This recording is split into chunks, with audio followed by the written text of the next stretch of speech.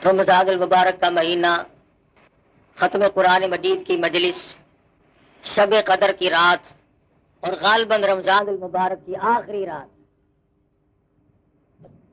جس قدر قدردانی کی جا سکے وہ کر لیں۔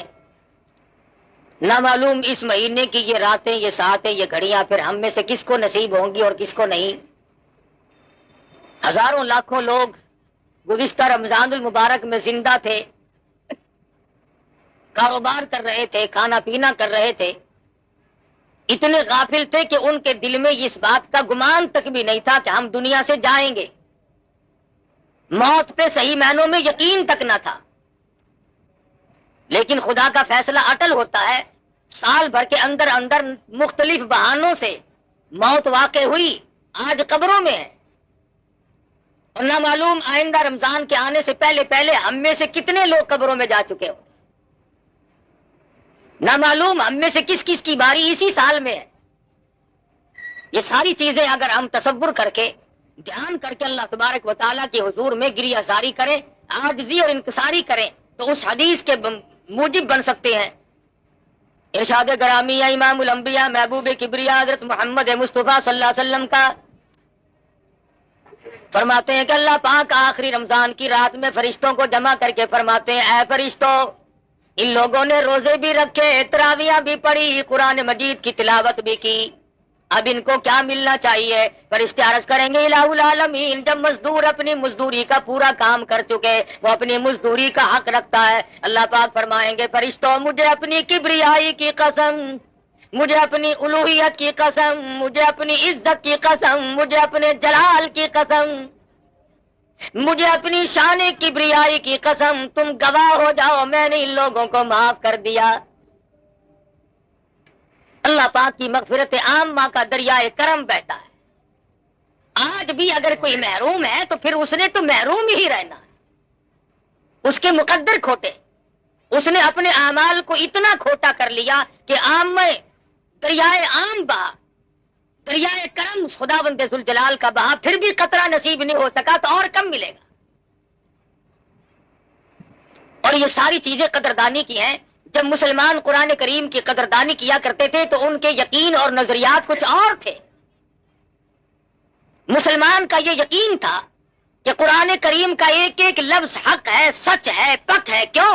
اس لیے کہ اس نے تو، جس نے قرآن مجید ہاتھ میں اٹھایا اور سورۃ فاتحہ کی تلاوت کی اور الف لام میم کے بعد وہ جب پڑھنے لگا تو قرآن مجید نے خود کہا، اور میرے تلاوت کرنے والے، پڑھنے والے، ذالک الکتاب لا ریب فیہ، دل میں یقین کے ساتھ میری تلاوت نہ کرنا، کچا یقین رکھتے ہوئے میری تلاوت کرنے کی کوشش نہ کرنا۔ لا ریب فیہ، یہ وہ کتاب ہے جس کے آئین میں، جس کے قانون میں، جس کے احکام میں ذرہ برابر بھی شک کی گنجائش نہیں۔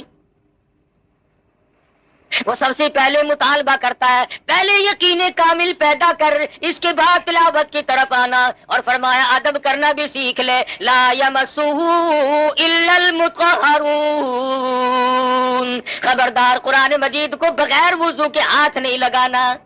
کیوں؟ اس لیے تنزیل من رب العالمین، یہ رب کی طرف سے آیا ہوا کلام ہے، کسی آدمی کا کلام نہیں، کسی وزیر کا کلام نہیں، کسی بادشاہ کا کلام نہیں، یہ خداوند ذوالجلال کا کلام ہے۔ اس کی کریمی کا کیا کہنا؟ ارے رمضان المبارک میں اتنی رحمت عامہ کا دریائے کرم بہایا گیا، فرمایا اے میرے بندے تو مانگ، کیا مانگتا ہے؟ صحابہ کہتے ہیں کہ صبح سے لے کر شام ہو جاتی تھی، اور رات سے صبح سے لے کر شام ہو جاتی تھی، اور شام سے صبح آ جایا کرتی تھی، لیکن صحابہ کرام اس قدر اللہ پاک سے مانگتے تھے، ان کی آنکھ کا مانگتے مانگتے آنسو خشک نہیں ہوا کرتا تھا۔ اور آڑے سے آڑے وقت میں، اور یقین اصل میں جب تک خدا کی ذات پہ یقین کامل نہ ہو، خدا کے کلام پہ یقین کامل کیسے آئے گا؟ اس کی ذات پہ یقین کامل پیدا ہونا یہ شرط ہے، لا بدی امر ہے۔ صحابہ کرام نے سرکار دو عالم صلی اللہ علیہ وسلم کے ارشاد پہ یقین کیا، مصیبتوں، تکلیفوں، پریشانیوں کی پرواہ نہ کی۔ تاریخ میں کوئی یہ ثابت نہیں کر سکتا کہ کبھی کسی صحابی نے یہ گلہ کیا ہو، یہ شکوہ کیا ہو کہ ایمان کی وجہ سے مجھ پہ مصیبتوں کے پہاڑ آ پڑے، میں نے بڑی غلطی کی ہے۔ ایمان قبول کر کے میں نے غلطی کی ہے، کوئی صحابی یہ نہیں کہتا، کبھی نہیں کسی نے، چاہے اس کی اپنی جان پہ پڑے اور چاہے صحابہ کو اپنے بچوں کے قیمے اپنی آنکھوں سے دیکھنے پڑے، اور چاہے صحابہ اکرام اور صحابیات نے اپنے بچوں کو پیاسے اور بھوک کے مارے اپنی گود میں اتنی زبان باہر نکال کر تڑپ کر ایڑیاں رگڑ کر مرتے تو دیکھا، پر صحابی نے کبھی اس بات کا اپنی زبان سے اقرار نہ کیا اور گلہ نہ کیا، شکوہ نہیں کیا کہ خدا پر ایمان لانے کی وجہ سے میرے بچے کا کیا حال بنا ہے۔ آج وہ یقین نہیں، جنہیں وہ یقین ملا ان کے کچھ اور حالات ہیں۔ سیدنا ابراہیم علیہ الصلوۃ والسلام ہے، باپ بت گر نہیں بلکہ بت پرست ہے، بت بنانے والا ہے، بت پرست بھی ہے، بت پرست نہیں بلکہ بت گر ہے، بت بناتا ہے۔ عجیب تجارت نکال رکھی تھی خلیل اللہ کے باپ نے، والد نے۔ کئی لوگ یہ کہتے ہیں کہ آزر کی عقل ماری گئی تھی، پتھروں کے خدا بناتا تھا۔ پتھر کے خدا بنانا مشکل ہے، کیا ہم نے اپنے آپ کو خدا نہیں بنایا ہوا؟ قرآن کہتا فرأیت من اتخذ الہہ ہواہ، آپ ان لوگوں کو بھی دیکھیں گے جنہوں نے اپنی خواہشات کو، اپنی مرضیات کو اپنا خدا بنایا ہوا ہے۔ جو دل میں آ گیا، جو میرے پسند آئے وہ صحیح، اور جو میری سمجھ میں نہ آئے وہ غلط۔ قرآن کریم کا فیصلہ ہے کہ اے محمد عربی صلی اللہ علیہ وسلم، آپ ان لوگوں کو بھی تو دیکھیں گے جنہوں نے اپنی خواہشات کو، اپنی مرضیات کو، اپنی تمناؤں کو اور اپنی اغراض کو، اپنے مقاصد کو اپنا الہ بنایا ہوا ہے۔ آج ہم کب سوچتے ہیں کہ خدا کا فرمان کیا ہے؟ ہم تو یہ سوچتے ہیں کہ میری غرض کہاں ہے، میرا فائدہ کیسے ہے۔ بس یہ فرق ہے صحابہ کے ایمان میں، میرے اور آپ کے ایمان میں۔ صحابہ یہ کہتے تھے میری جان بچے یا نہ بچے، ایمان بچے۔ ہم کہتے ہیں کارخانہ لگے، بنگلہ بنے، کوٹھی تیار ہو، ایمان کا بیڑا غرق ہوتا ہے تو ہو جائے۔ یہ فرق ہے ہم میں اور صحابہ کرام میں۔ ابراہیم علیہ السلام کا والد بت بناتا ہے پتھر کے، اور ہم نے اپنے آپ کو بت بنایا ہوا ہے۔ جب اللہ تبارک و تعالیٰ کی ذات و صفات میں کوئی شرک کرتا ہے، اس کی عقل کا دیوالیہ نکل جاتا ہے، دیوالیہ نکل جاتا ہے۔ ابراہیم علیہ السلام کے سر پہ ٹوکرے میں پتھروں کی بت بنا کر کے رکھ دیتا، جا میرے بیٹے خداؤں کو بیچ کے آ، معبودوں کو بیچ کے آ۔ ابراہیم علیہ السلام بازار میں گلی میں نکلتے ہیں، آواز لگاتے ہیں لوگوں لے لو خدا پر ہیں جھوٹے، خدا خریدنے والوں آؤ، جس نے خدا خریدنے ہو وہ آ جائے۔ اور کبھی کبھی ایسا ہوتا کہ جو کل دے کر آئے تھے، بچے عورتیں آئی، انہوں نے کہا کل جو تو خدا دے گیا تھا اس کا تو کان نہیں ہے، ہمیں تبدیل کر دے۔ کل جو تجھ سے ہم نے خدا مول لیا تھا اس کی تو ٹانگ نہیں ہے، لنگڑا خدا ہمیں نہیں چاہیے۔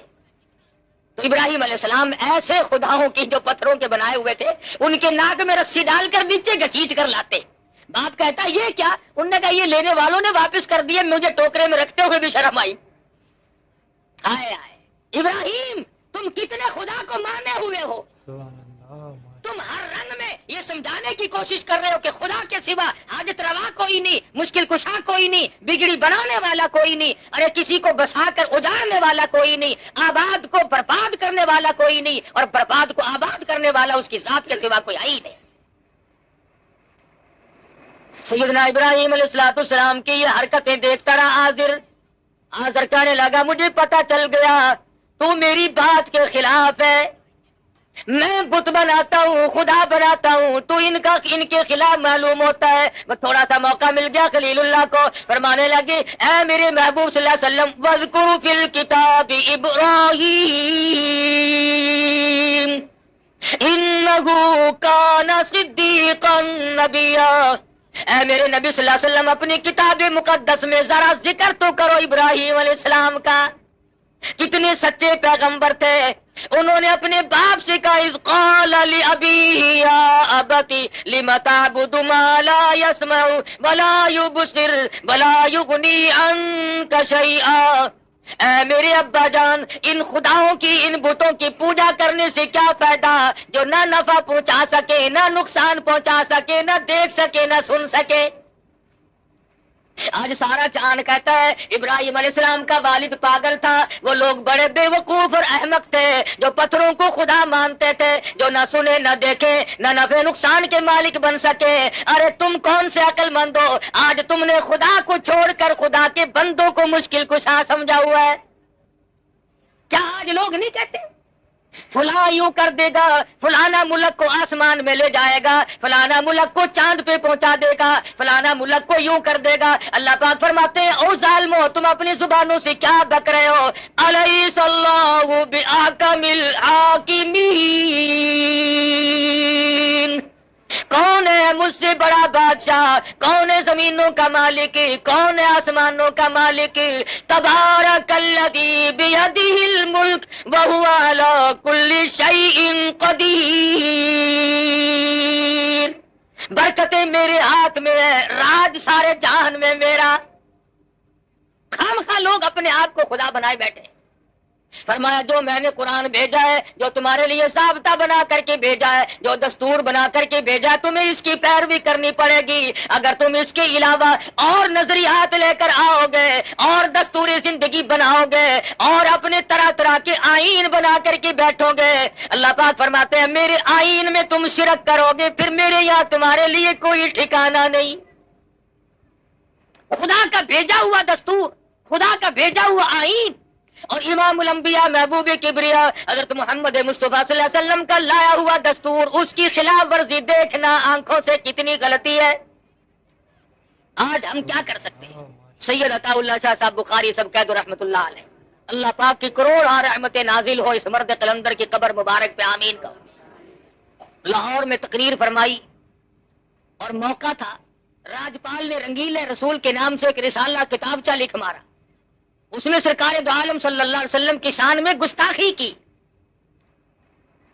یہ بھی وہی وقت تھا، شاہ جی نے تقریر فرمائی، دائیں طرف علماء بیٹھے تھے، سامنے مجمع بیٹھا تھا، بائیں طرف کچھ اوباش قسم کے لوگ بیٹھے تھے نوجوان۔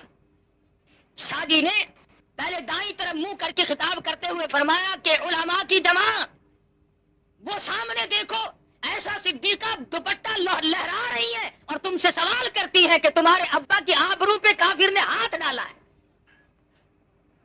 اور پھر بائیں طرف خطاب کرتے ہوئے فرمایا نوجوانوں وہ دیکھو اپنی قبر سے فاطمہ الزہرا نکل آئی ہے اور دوپٹہ اتار کر کہہ رہی ہے کہ نوجوانوں تم کہاں سو گئے، کالی کملی والے کی عزت پہ ہاتھ مارا ہے، میرے ابا کی آبرو پہ لوگوں نے ہاتھ مارنے شروع کر دیے، تم کس کا کلمہ پڑھو گے؟ نمازی بھی بیٹھے تھے، حاجی بھی تھے، غازی بھی تھے، نیک پرہیزگار سخی بھی تھے، خیرات کرنے والے بھی تھے، مگر ان نوجوانوں میں ایک نوجوان ہے، عالم نہیں، حافظ نہیں، قاری نہیں، حاجی نہیں، بلکہ پختہ اور لمبا چوڑا نمازی بھی نہیں۔ بس وہیں سے دل میں سوچ بیٹھا میری زندگی کائے کی، لعنت اس زندگی پہ، میں دنیا میں زندگی گزار رہا ہوں، کالی کملی والے کی ذات پہ حرف آئے، میری زندگی کس کام کی؟ ڈر گیا اور جا کے خاموش لیٹ گیا۔ اماں نے پوچھا کیا بات ہے، کسی سے لڑ جھگڑ کر کے تو نہیں آیا، اداس سا کیوں ہے؟ کہنے لگا نہیں لڑائی میں نے کس سے کرنی ہے۔ تو امی جان کہنے لگی پریشانی کی کیا بات ہے، چند دن تیری شادی کے باقی، اب تو خوشی خوشی رہا کر۔ آنکھوں میں آنسو لے آیا اور کہنے لگا امی جان شادی ملتوی کر دے، میری شادی کو ملتوی کر دے۔ اس نے کہا کیوں؟ کہنے لگا اب تو شادی کہیں اور ہی جا کے کرنی ہے، اب یہاں شادی نہیں کرنی۔ چھپے چھپے چھرا بنا رہا ہے، تیاری کر رہا ہے، میں اس کو زندہ نہیں چھوڑوں گا جس نے کالی کملی والے کے دامن پہ ہاتھ مارا ہے، جس نے سرکار مدینہ کی آبرو پہ ہاتھ ڈالنے کی کوشش کی، جس نے شہنشاہ کائنات کی عزت پہ ہاتھ صاف کرنے کی کوشش کی۔ اب دونوں دنیا میں نہیں رہیں گے، یا راجپال رہے گا یا علم الدین رہے گا، دونوں نہیں رہیں گے۔ تیاری کر رہا ہے۔ امی کہتی ہے اس طریقے سے پریشان نہ ہو، میں نے تو تیری شادی کی تیاری کی ہوئی ہے، بڑی خوشی کا وقت ہے، ان قریب تیری دلہن کو لے آؤں گی، گھر میں باغ و بہار ہوگی۔ علم الدین کہنے لگا بس امی جان شادی ہو چکی، باغ و بہار تو اب کسی اور ہی جگہ آئے تو آئے۔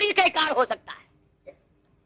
چنانچہ ایک روز پروگرام بنایا کہ بھی سارے اکٹھے ہو کر ابو طالب کے پاس چلو، پھر کوئی بات بنے گی۔ غلط کار لوگ رات دن تجویزیں ہی بنایا کرتے ہیں۔ اکٹھے ہو کر کے آ گئے ابو طالب کے پاس اور آ کر کے کہنے لگے ابو طالب تیرے بڑھیپے کا لحاظ ہے، تو مکے کا سردار ہے، بڑا معزز آدمی ہے، ورنہ اس نبی کو تو نعوذ باللہ ہم نے کبھی سے اڑا دیا ہوتا۔ ہم کوئی تھوڑے، توبہ، ہماری طاقت کا کوئی اندازہ کر سکتا ہے؟ تیری سرداری کا لحاظ ہے، تیرے بڑھیپے کا لحاظ ہے۔ ابو طالب کہنے لگا کیا بات ہے، تمہیں کیا تکلیف پہنچی؟ نے کہا یہ تمہارا بھتیجا ہمیں ہر وقت گالیاں نکالتا ہے، ہر وقت ہمیں گالیاں دیتا ہے تمہارا بھتیجا۔ ابو طالب نے حضور انور سب قید صلی اللہ علیہ وسلم کی ذات اقدس کو بلوا بھیجا، حضور تشریف لے آئے۔ ابو طالب کہنے لگے او میرے یتیم بھتیجے، یہ مکے کے لوگ شکایت کرتے ہیں، کہتے ہیں تیرا بھتیجا گالیاں نکالتا ہے۔ حضور صلی اللہ علیہ وسلم نے فرمایا چچا جان ساری عمر میں کبھی بھی کسی کو کسی حال میں بھی گالی نہیں دی، پتھر میں نے کھائے، مار میں نے کھائی، رات دن ان کی مار سہتا ہوں، میں نے تو کبھی گالی تو کیا بد دعا بھی نہیں دی۔ مکی کا کون سا چوک ہے جس میں انہوں نے مجھے نہیں مارا؟ کون سی وہ جگہ ہے؟ صحابی کہتا ہے امام الانبیاء محبوب کبریا حضرت محمد مصطفیٰ صلی اللہ علیہ وسلم مکے کے چوک میں کھڑے ہو کر لوگوں کو قرآن مجید سنا رہے ہیں۔ میں اس وقت تک مسلمان بھی نہیں تھا، میں نے دیکھا چاروں طرف کافروں کا مجمع لگا ہوا ہے، کوئی پتھر مار رہا ہے، کوئی اینٹ مارتا ہے، کوئی روڑے مارتا ہے، کوئی ہڈی مارتا ہے پھینک کر، چاروں طرف سے مار پڑ رہی ہے، اور سرکار مدینہ بلا تحمل قرآن مجید کی تلاوت فرما رہے ہیں، زخموں سے خون کے فوارے چھوٹ رہے ہیں۔ ایک عورت نے کوٹھی پہ سے آواز دی اے زینب تم کہاں چلی گئی؟ تمہارے ابا کو لوگوں نے لولوان کر دیا۔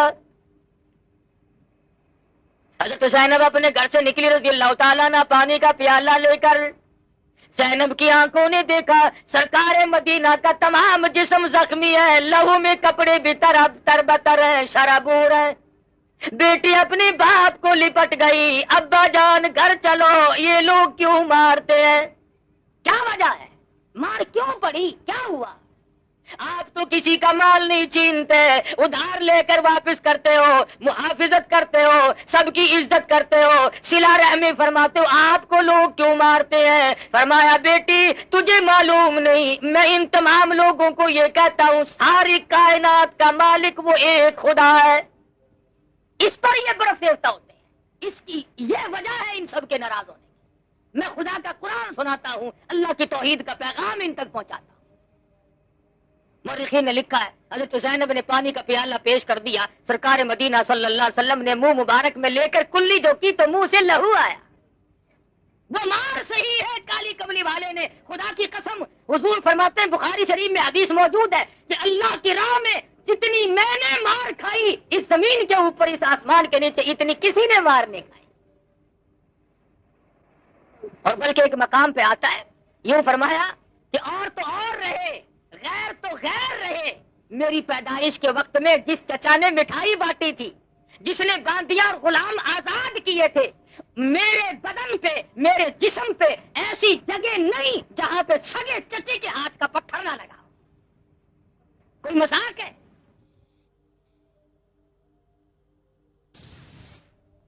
ابو طالب کے سامنے حضور بیٹھے ہیں، فرمایا چچا جان میں نے تو کبھی کسی کو گالی نہیں دی، میرا گالی دینے کا پروگرام ہی نہیں، مزاج ہی نہیں، میں کیوں گالی دوں کسی کو؟ وہ وہیں پہ بیٹھے تھے، مکے کے جو بڑے بڑے شیطان تھے وہ وہیں موجود تھے، کہنے لگے کون کہتا گالی نہیں دیتے، ہر وقت نکالتے ہو گالیاں؟ لیکن نا میں نے گالیاں کب نکالی؟ انہوں نے کہتا نہیں کہ سارے جہان کے خدا چھوٹے ہیں، تمام خدا غلط ہیں، بس ایک خدا صحیح ہے، وہی حکم الحاکمین۔ انہوں نے کہا یہ گالی ہے؟ ہاں ہاں یہی تو گالی ہے۔ حضور صلی اللہ علیہ وسلم نے فرمایا کہ تمہارے نزدیک اگر یہ گالی ہے تو مجھے خدا کا حکم ہے کہ میں یہ پیغام پہنچاتا رہوں چاہے میری ہڈیاں بھی ختم کر دی جائیں۔ ابو طالب بیچارہ کیا سمجھتا؟ وہ سمجھا کہ ضد کر رہے ہیں، ضد ہو رہی ہے۔ آئے آئے کہہ بیٹھا، کہنے لگا میرے بھتیجے اب اگر تو ان کی بات کو نہیں مانتا تو آج کے بعد میرا سہارا نہ تکنا۔ یہ سہارے والا مسئلہ بڑا غلط ہے۔ کوئی کہتا ہے کہ جی میرے ماں باپ ہیں، اگر میں کما کے نہ کھلاؤں تو وہ بھوکے مر جائیں گے،